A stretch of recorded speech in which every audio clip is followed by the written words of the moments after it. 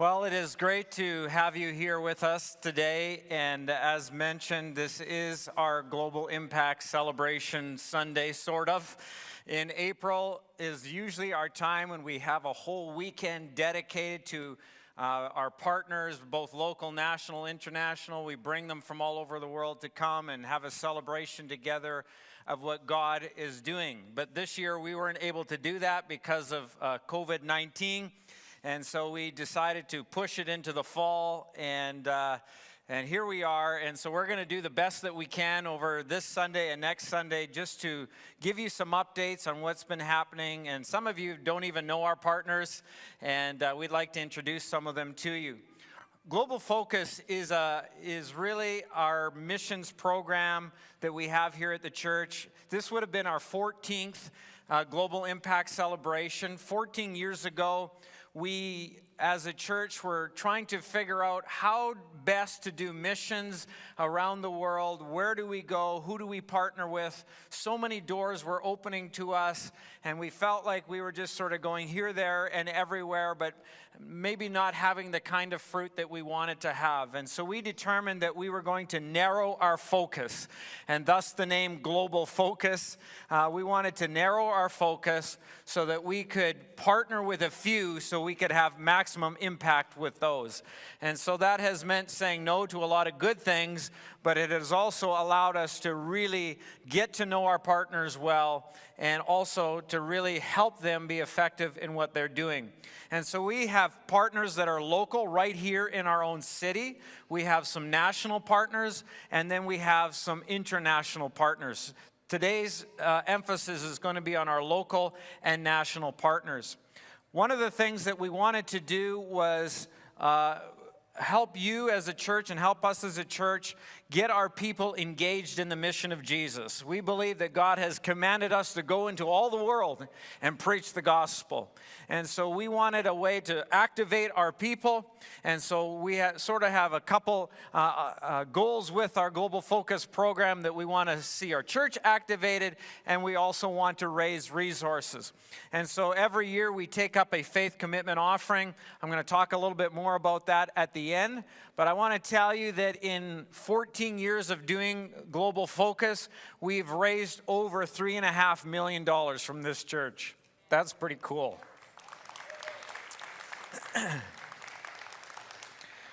This April, because we did not have our Global Impact Celebration, normally we have about $25,000 budgeted just to bring all our partners in and put on that weekend. But because we couldn't bring them in, we said we want to send that money out. And we also took up a special COVID relief fund in addition to what we normally do. And I've been told that since April, we have sent almost $65,000 out to our partners. That was above and beyond what we would normally do. So thank you so much, Harvest City Church, for giving extra this year. Okay, at the end of the service, we're going to talk a little bit more about that faith commitment offering. But today, we have some of our local partners here with us. And so I just want to invite Glenn and Julie Povey and also Attila and Emily Chakan. Did I say that right? Similar? So why don't you guys just come on up on the stage. Glenn and Julie Povey were sent out from Harvest City Church. Is that true? Or we released you long ago in the 80s to plant a church here in the core of our city called Morning Star Ministries. And they've been partners with us right from the beginning. They're doing a great work there in the core. And one of the things that we've been praying with you about is that God would send you some help, another ministry couple to help share the load. And you now have an answer to that prayer, and we're going to hear from them in a little bit.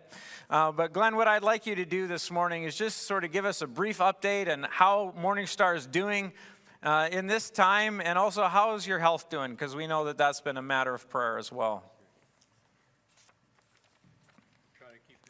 Okay. Is your mic turned on? It is now. Thanks so much for your continued support of Morning Star Ministries. Like everyone else, we were closed down for months and finally had our first service on July 5th. At this time, we're having small services of about 40 or less adults and are attempting to have a small Sunday school as well. We're having prayer times during the week and smaller meetings with young adults and youth groups. The Christian school started with 20 enthusiastic, very active students. We're concerned that we can't yet have a gathering of our full congregation, and are concerned about the well-being of a number of the people. But we keep in touch with people by phone and also try to visit people in their homes, or at least do a home visit with them. We also keep in touch with them online. Thanks for praying for my health. My transplanted kidney is working very well. I was diagnosed with, yes, amen, that's good. I was diagnosed with chronic leukemia in the fall of 2019, so about a year ago. And the chemo pills I initially got to combat this disease were very strong. I ended up in the hospital and things like that. But now I'm on a lower dose, and I feel much better, other than fatigue. That's the one thing that seems to hit me a lot. Today we want to introduce to you Attila and Emily and their 3 daughters. Lucy is not here right now, but Poppy and Frankie are here. And on July 1st, 2019, they came from Emmanuel Bible College in Kitchener, Ontario, so Attila could do his internship here. And then he came on staff February 1st of this year. And Attila will share some things with you, so go ahead. Awesome. So Attila, why don't you introduce yourselves to us? And I know that you're originally from Hungary. Is that true? That's right, yeah.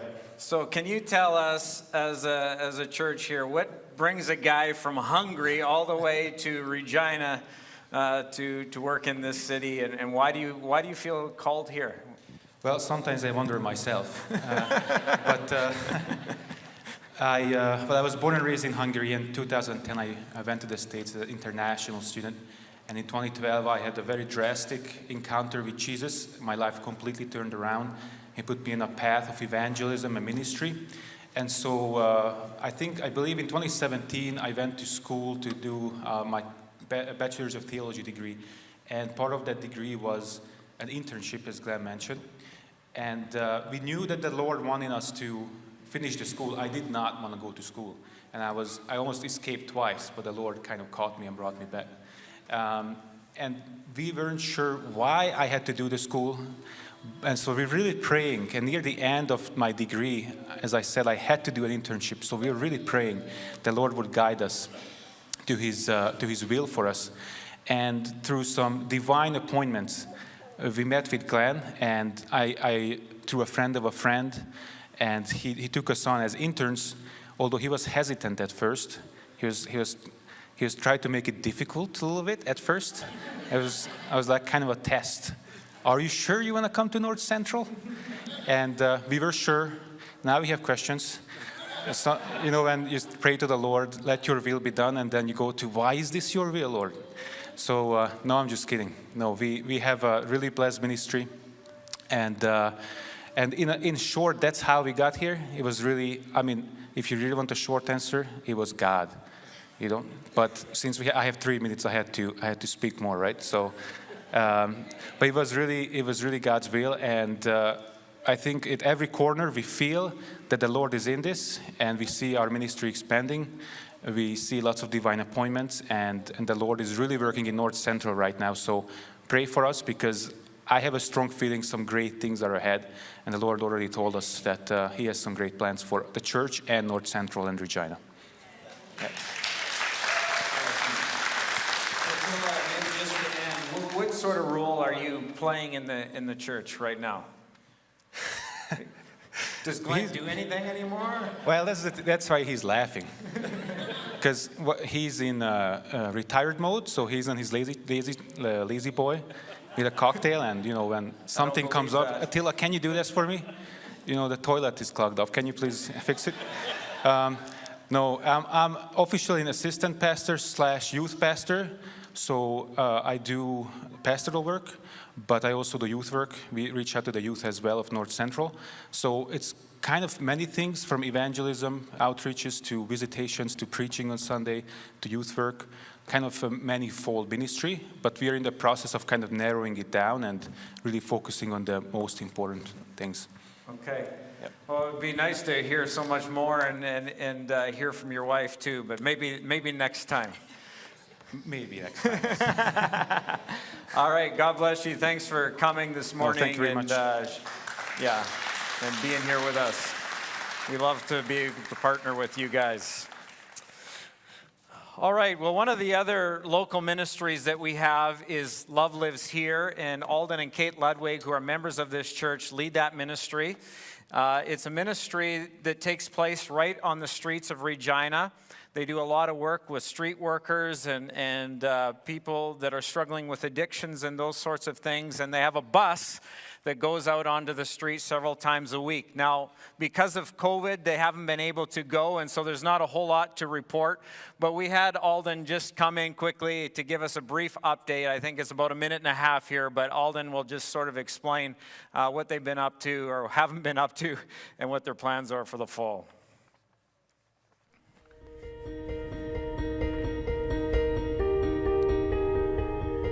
Over the summer, we with COVID, we shut down, but we also own a campground, and because of that, it's very difficult to get away during the summer because we have to have somebody there 24 hours a day, 7 days a week. So we haven't been out, but we are planning to start up again. We've been able to work the campground into some aspects of ministry, in that the girls from the Shell Home, who Kate works with very closely, she does Genesis with the girls there, were able to come out and spend a weekend camping, and they said it was awesome.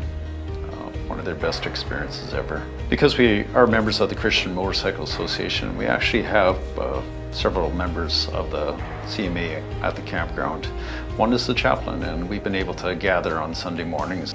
Some of our volunteers who have close contacts with people on the street have been out, and they've been talking with them, and they're all asking, where's the bus? We want to see the bus. So although they know that you've been praying for them, we've been praying for them, they want to see us in person.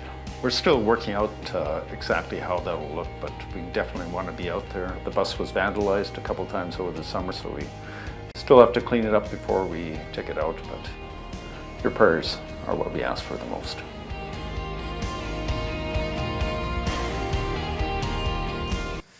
All right, so let's continue to keep lifting them up in prayer and hope they can get back out on the streets right away. My parents moved into the campground this summer with Kate and Alden, so we were out there a few times, and it really is a neat place that they're using their campground even to do ministry for the Lord, and there's lots of neat things that are happening right out there, so they're keeping busy.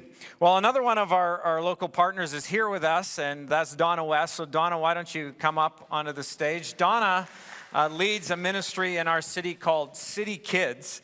And so maybe, Donna, for those who don't know about City Kids or what you do, why don't you just begin today by just giving us a little, just telling us what it is that City Kids does. For sure. So I'll start off by saying, at City Kids, we believe that every child should have the right to have a hope, the right to dream big, and the right to have an image of a positive future.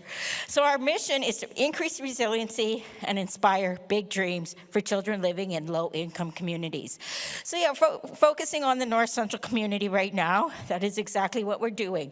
We have 3 components to our program, and that's our City Kids Saturday, which is for ages 5 to 12. And we do door-to-door transportation, and we also provide a nutritional lunch for every child. We want to remove all those barriers that would hinder a child from attending. And so it's a very high-energy Christian faith-based program that is teaching the kids life value lessons through biblical lessons and just an encouragement to them. Our second part is our home visits, and that is every child and youth registered with City Kids receives a home visit right at their home. And we just want to continue to build that mentorship, get to know the parents, let them know who we are, and let them know we are here to help them and support them. And then, of course, we also do our City Youth, and that's for ages 12 to 17. and that's just to get them back involved in the program. They are learning leadership skills, and we're also introducing things like resume building and financial building, and just, again, helping them to get that next step out into the world. Awesome. So how has COVID-19 affected you? Well, I think like everybody else, we were shut down. And the thing is, we had just had our very first Saturday program for the spring after having our winter break. And so the kids were all excited to be back. We were getting into the groove of things. And just like everybody else, without any warning, doors were shut. Everything came to an end. We couldn't even do our home visits at that time because of the face-to-face contact. And so, yeah, it was a challenge. We turned our home visits into phone calls, which is also a very challenge because a lot of these families change their phone numbers weekly. So it was hard to stay connected. But one of the testimonies I want to share with our church today was I actually ended up having to go into self-isolation because I had been in contact with somebody that tested positive. So as I was making my home phone calls, we have a great-grandma raising 6 great-grandchildren. She had talked to me during the home visit, her phone call, and was telling me that they had to take one of the younger boys to the hospital. He was having a high fever and coughing. But thankfully, it turned out to be asthma and not COVID. And there's a few family members with asthma, so they were staying very close to home. So I asked Grandma, what can we do to help you? Do you need anything? They had just purchased groceries, but a family of 8 people in a house, toilet paper goes through very quickly. And of course, we all know right at the very beginning, that was a very high need commodity. So I'm going, okay, what can I do for this family? I'm in isolation. So I was praying, asking the Lord to show me somebody that will help this family. The next morning, I was on Facebook, and Hope Construction had a post on there saying, if you're in isolation and need anything, reach out to us. So Hope Construction has partnered with City Kids a few times and helped us out, so I gave them a call. Within an hour, they had a large package of toilet paper on Grandma's doorstep. Yes. She was just so excited. She called me and she said, how did you do that so quickly? So we want to say thank you to Hope Construction, but also to Harvest City, because without our partnership here, I wouldn't have connected up with them. Awesome. Well, how much did Ron pay you to give him a plug this morning? Don, I know that you have some fundraisers that are coming up, and I think there's some that maybe we can help with. So do you want to just tell us a little bit about that? For sure. So again, finances is one of the things that's been impacted. So what can we do to help build those finances? So Sherwood Co-op is actually doing a community-based fundraiser that they've asked us to partner with. And we are selling gift cards for the Sherwood Co-op. And up until Friday, we have until Friday, October 2nd, to sell these gift cards. So you will get the full dollar value of the gift card that you purchase, and we will get 8% from the co-op. And so I think that's, we all need groceries, we all need gas. They are good at any one of the stores in Regina, whether it's a gas bar, the Home Mud Center, or the grocery stores. So yeah, you can, if you want to purchase a gift card, you can reach out to me. My website or email is donna@citykids.ca, and we will get that purchased for you. The other one is being held right here at Harvest City, so again, thank you for the support. And that is Becky Klein is going to be hosting a paint night for us on Tuesday, October 6th. And she's going to walk you through all the steps of painting this beautiful picture that you will be proud to hang on your wall afterwards. And it's going to be a fall picture, birch tree in fall colors. And so again, registration would be on our City Kids Facebook page or through the Eventbrite website. So yeah, if you want to come out, and I know we're all itching to start getting out and doing a little more fellowship, and I know Harvest City will do a great job of making sure the COVID protocols are all in place. Well, I might be interested in buying a gift card, but I won't be out at the paint night. I'm just going to be honest. All right, Donna, it's great to hear that things are still continuing on, and we love the work that you're doing. We know we have many of your volunteers come from Harvest City Church yes, as they well. do. Yeah. And so keep going, and we'll pray that God continues to expand this ministry. Great, thank you. All right.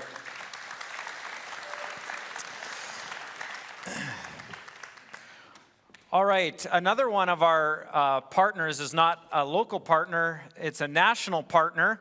but it's in some ways it's an international partner. We partner with One Book Canada. And what One Book Canada is involved in is Bible translation in different places in the world where there is no Bible in a native language, so to speak. There are tribal places within the world where there literally is no written language. And so before you can even translate the Bible, you have to develop a written language. And so one of the places that we are involved with directly through One Book Canada is in Cameroon with a tribal people known as the Men tribe, M-M-E-N, Men. And so we've been involved for the last number of years. We are one of the main funders of this project to get the Bible into their language. And so Ted Saras is the CEO of One Book Canada, and we've come to really love Ted over the last number of years. And he actually was in Regina on Thursday. We met with him and got an update from him. And so we just did a quick interview with him and asked him to give us a report on what is happening in Cameroon, and specifically with the project that we've been involved in. Is it coming to completion? Where is it at? And so he's going to give us an update for you.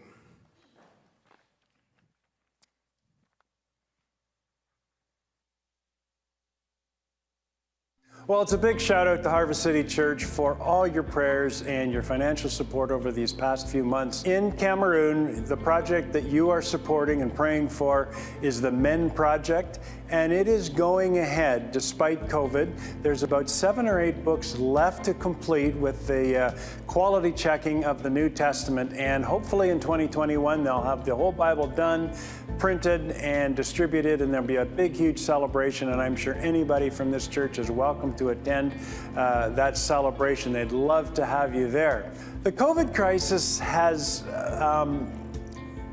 stopped or at least paused some of the translation process because there's so much work that has to be done in community. Once the translators come up with the first draft, it has to go to a community group to read it, and then it goes back to the translators.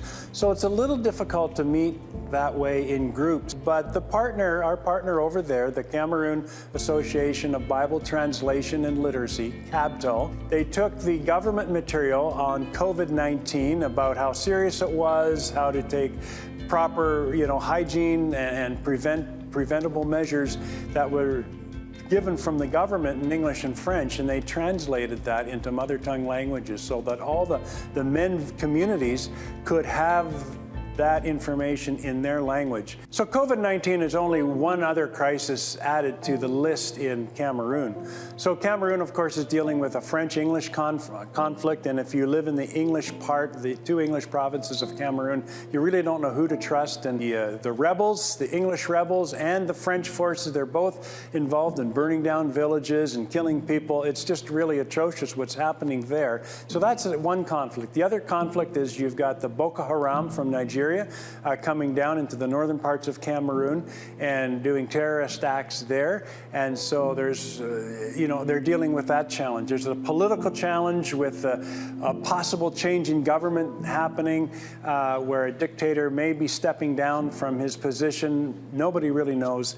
And so COVID is just another crisis that they have to deal with. A lot of the people in the English provinces, the translators, they've moved to Bamenda to do their work together. It's a little safer in that city, but the Men team decided to stay in the Men villages and do their work there. And so one of the translators did have to attend a meeting in Bamenda with all the other translators. So as he was driving to Bamenda, because of the conflict and the insurgents there, the road was blocked. He couldn't get through. And so he got out of his vehicle and walked the rest of the way to Bamenda. Now that's dedication. I think he had to walk about 30 kilometers just to get to that one meeting. I just drove from Saskatoon here to Regina today, and I'm thinking, if the road was closed, if Highway 11 was closed, I probably would have called Joel up and just said, hey, I can't make it. The highway's closed. But these guys are really dedicated. The people that you are supporting are really, really, really dedicated to what they're doing and to the cause. It's just passion with them, and they'll do anything, including risking their lives, to get God's word out to those people, the Bible-less people, those who have never heard the name of Jesus. So thanks again so much for all of your prayers. It really, really helps.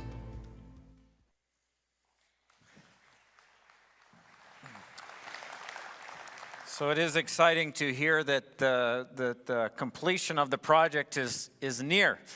And it would really be great. We need to pray that the doors open, that we could fly to Cameroon, because it would be awesome to go with a team of people from our church to the dedication of that Bible. So I hope that that can happen. Well, one of our other national partners are Sheldon and Candace Reed, and they are involved in planting a church in St. John's, Newfoundland, actually Conception Bay South, which is sort of a suburb of St. John's, Newfoundland. A year ago, next Sunday, Angela and I were there for the grand opening of their first live services as officially as a church. So they've been a year now in the making, or a year now officially open. And of course, what a year it's been to be planting a church. And so this week, I had an interview with Sheldon and Candace just over Zoom, and just to get an update on what's been happening this year and to hear from them. And I asked Sheldon to sort of give us a little, to just share with us a little bit what God has been teaching him through all of this. So I think you're going to enjoy it, and that's here on the screen as well.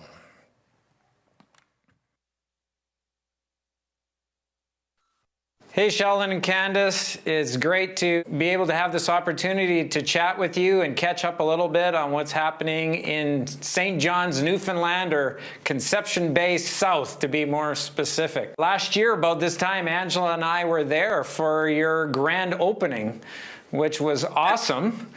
But I can imagine this first year as a church planner was not exactly what you anticipated it being. So what I would like for you to do is just give Harvest City Church just a little taste, or give us a little update on what it's been like this year in your very first year having your doors open.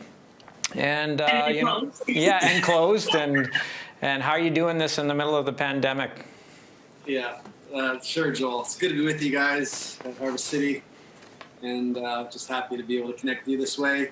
Yeah, it's interesting that it's been 1 year. Actually, not this Sunday, but next is kind of our 1 year, what would be our 1 year anniversary. And no one could have possibly prepared us for, and I think I can speak for a lot of pastors of a lot of churches, but particularly in church planting, you know, there's just, they don't prep you for this kind of stuff. And so, yeah, Joel, you and Angela were here. We had a great launch in October. And then 5 months later, COVID just came down heavy and hard, and then everything shut down. Really, in a matter of 1 day, our whole province was shut down.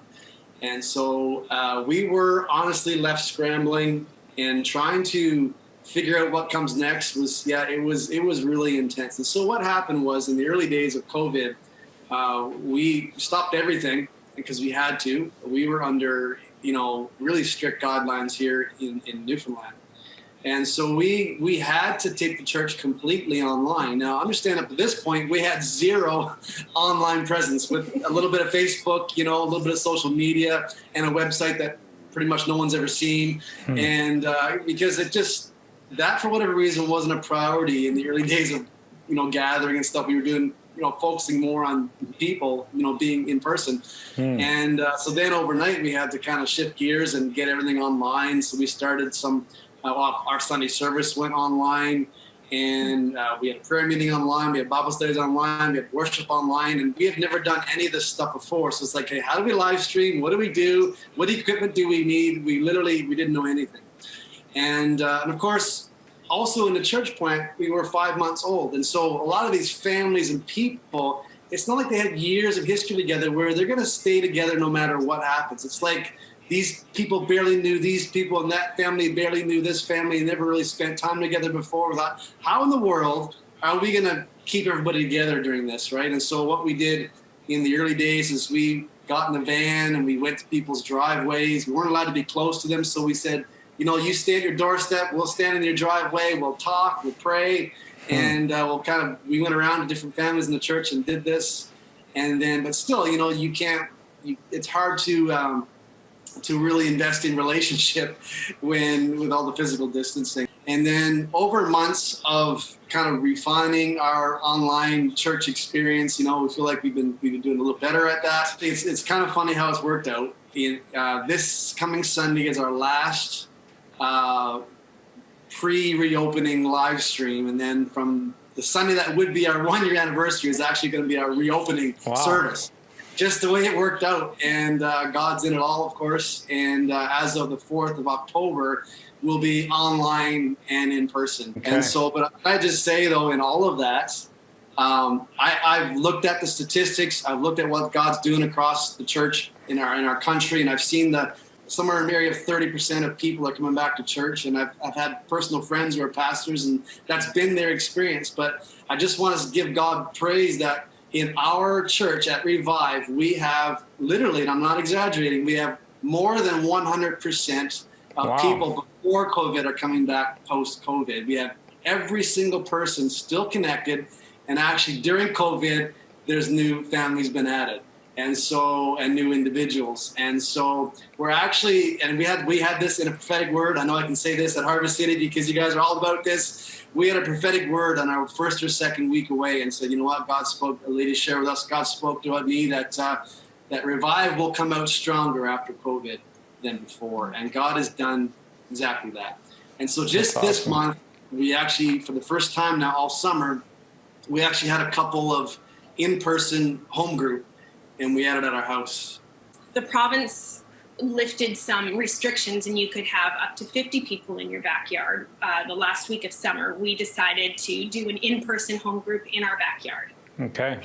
So it was the first time that we'd all been able to gather. There was people there that had never met before, other than maybe they met on our Zoom prayer group or our Zoom group, and that was it. And so it was really neat to see everybody come together in the same place. We had a barbecue and kids are playing. And at one point, Sheldon and the worship team came out and we just did some worship in the backyard. And people were kind of scattered everywhere. And so I was just kind of sitting back off and just kind of taking it all in. And as the worship was going on, there was a dad and his daughter standing over here, worshiping with a couple of other people sitting in chairs. And then over here, there was a mom and her little girl on the swing set next to a boy from another family. And they're just chatting away. And over on the trampoline, there's teenagers and kids talking and playing and coloring together. Another part of the yard, there's a couple counseling and ministering to another lady, and they're laying on hands and praying for her. And I just sat back and I was so overwhelmed and so overcome with gratitude to the Lord, but just looking around and seeing that this was really the church. Right. This was, everybody just brought the Jesus in them, and they just let the Jesus in them come out in so many different ways, in fellowship and community and in ministry and engaging young ones. And you saw people gathering together that wouldn't naturally gather in any other capacity necessarily, and that they would choose to gather together. And I just thought, wow, God, it really is your church. Imagine that. Right. and there was such community amongst the people. And I thought, this is after being in person for 5 months and then on a screen for 5 months. And God, you still managed to connect people, to gather and to grow your church. And it was, it was absolutely amazing. I'm so thankful to see that has happened in the midst and in spite of COVID. That's awesome. Really excited to hear that and just to hear what God has been doing in this last year. It's amazing. And I've watched some of your online stuff, and you guys are doing great with your online stuff. And it's really grown even in the last few months. And I've said this to you, Sheldon, more people need to see the content that you guys are putting out, because it is good stuff. So good for you.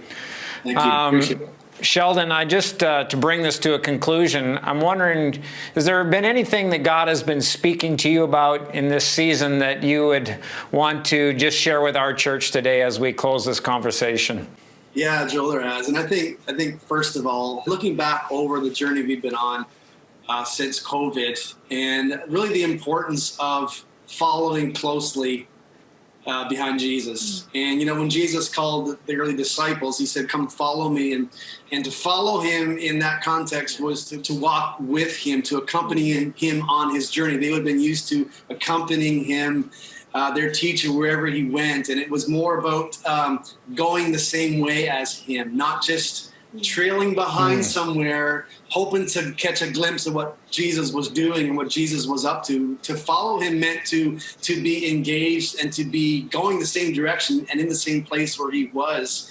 And, you know, COVID happened, and of course, it caught the world by surprise. It caught the medical community by surprise. It caught the governments by surprise. Truth be told, it caught the church by surprise too. And I mean, for us, it totally, I just said a few minutes ago, like we were scrambling. We were told so caught off guard. I'm just reflecting recently, like, how closely am I following Jesus? Because the one person that was not taken by surprise with all this was him.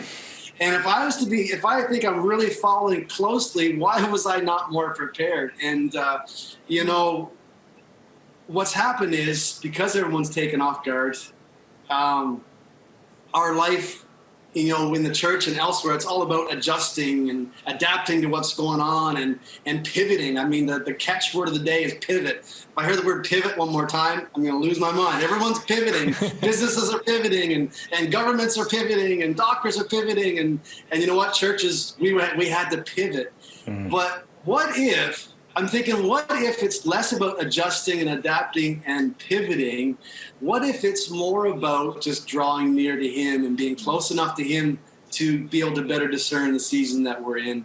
And, you know, you look at the Old Testament, Joshua, when he was leading the people across the Jordan, you know, they put the ark first, which for us today represents the presence of God. And it says that they did that so that they would know which way to go, because they hadn't been that way before. And I think that's 2020 in a nutshell for all of us. And then in the New Testament, we look at Paul in Acts chapter 16. He wanted to go to Asia, and it says the Holy Spirit prevented him or wouldn't let him go there. And I think he was a follower. And I know we all say we're followers of Christ, but I've asked myself the question, okay, am I trailing behind, or am I actually going the same way he's going? And if that's the case, you know, perhaps there's a way that we can be more prepared when then we don't have to pivot.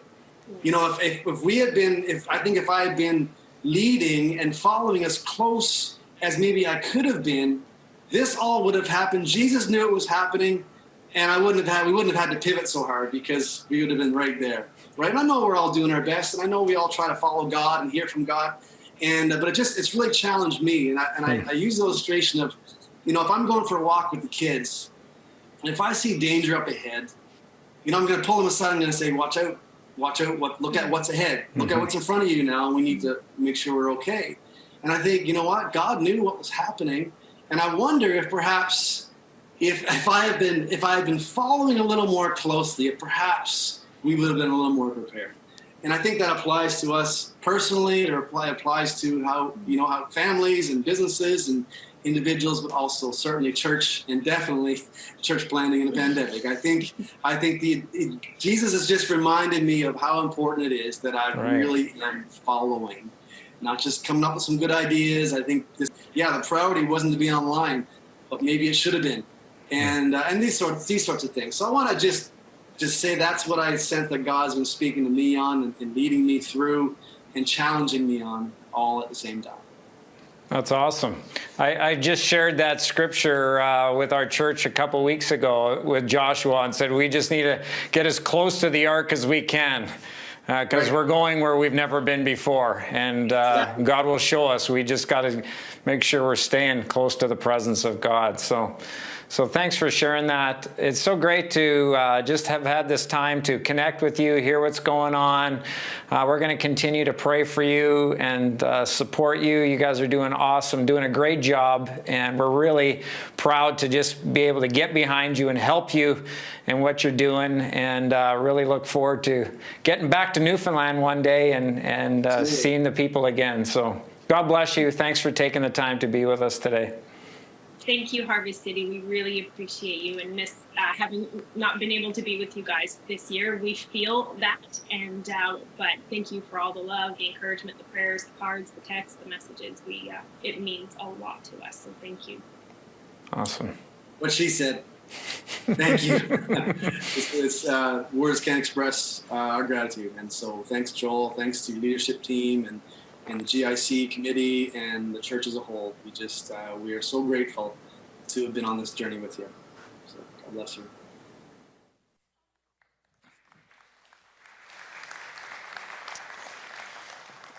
That's good, hey? Good to hear. You know, one of the things Sheldon has been working, driving truck to help supplement his income.